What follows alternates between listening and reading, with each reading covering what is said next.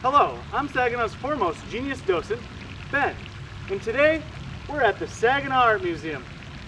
I think we're in the Rose Garden.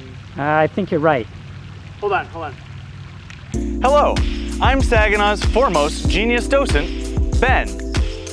Today we're in the beautiful Italianate Gardens at the Saginaw Art Museum. Okay, we got it. Marshall Fredericks was born in 1908. He grew up in Cleveland and graduated from the Cleveland School of Art. Despite his passing in 1998, he made a secret appearance in every episode of The Drew Carey Show from 1995 to 2004. In 1958, Marshall Fredericks created Spirit of Detroit, which is now valued at over $1 million. In 1959, Fredericks created Christ on the Cross, a 28-foot statue. In 1960, he took a very long nap. He was really tired.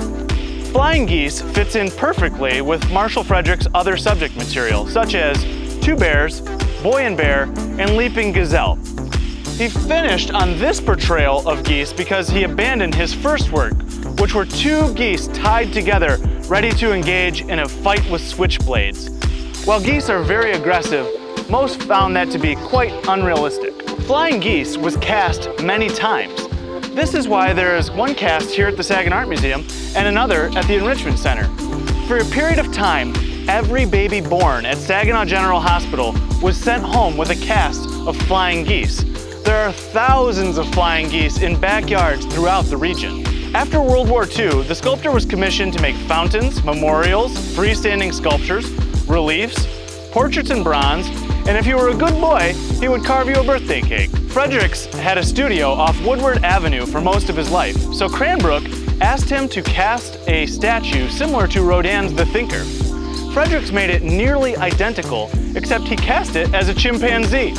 This is the first ever sculpture of a Genius Docent. Hi, my name's Jeff from the Marshall Fredericks Sculpture Museum. I guess I'm the real expert here to kind of clean up a couple of things about this beautiful 1955 sculpture by Marshall Fredericks called the Flying Wild Geese. The sculpture was originally created for a man named Alvin Macaulay. Now, he's not exactly a household name, but he was born in 1872.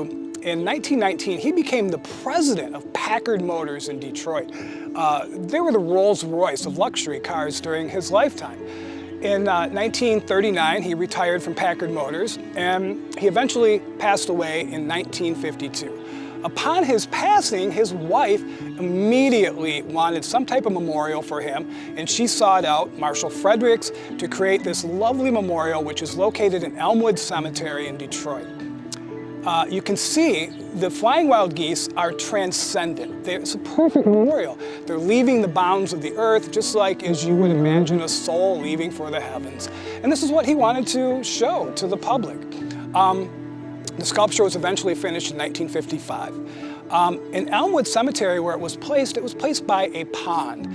And then eventually later on, it was moved into the pond, fearing that people would turn it in for scrap metal.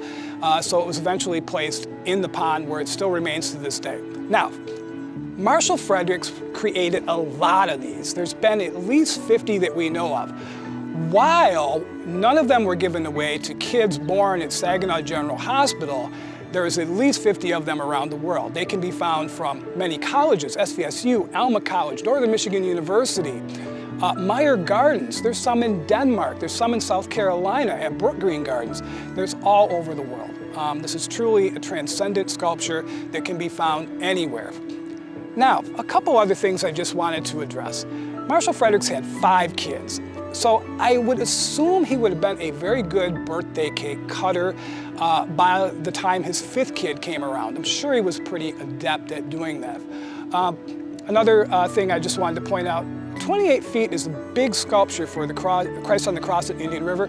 If you wish to go see it, you'll find that it's actually 55 feet tall. It's a huge sculpture. It's one of the biggest crucifixes on the planet. While Ben may think that the Thinker is indeed the Genius Docent, let me tell you a little bit of facts about the Thinker. Yes, he was created after and inspired by Rodin's The Thinker. Cranbrook wanted something. They wanted a thinker, but they did not bargain for a chimpanzee, which is what they ended up getting. Mr. Booth, who founded Cranbrook, looked at Marshall Fredericks at the unveiling and said, "I'll bet he's thinking much more interesting thoughts than we are," which I think your Genius Docent is trying to do the same thing. Thank you.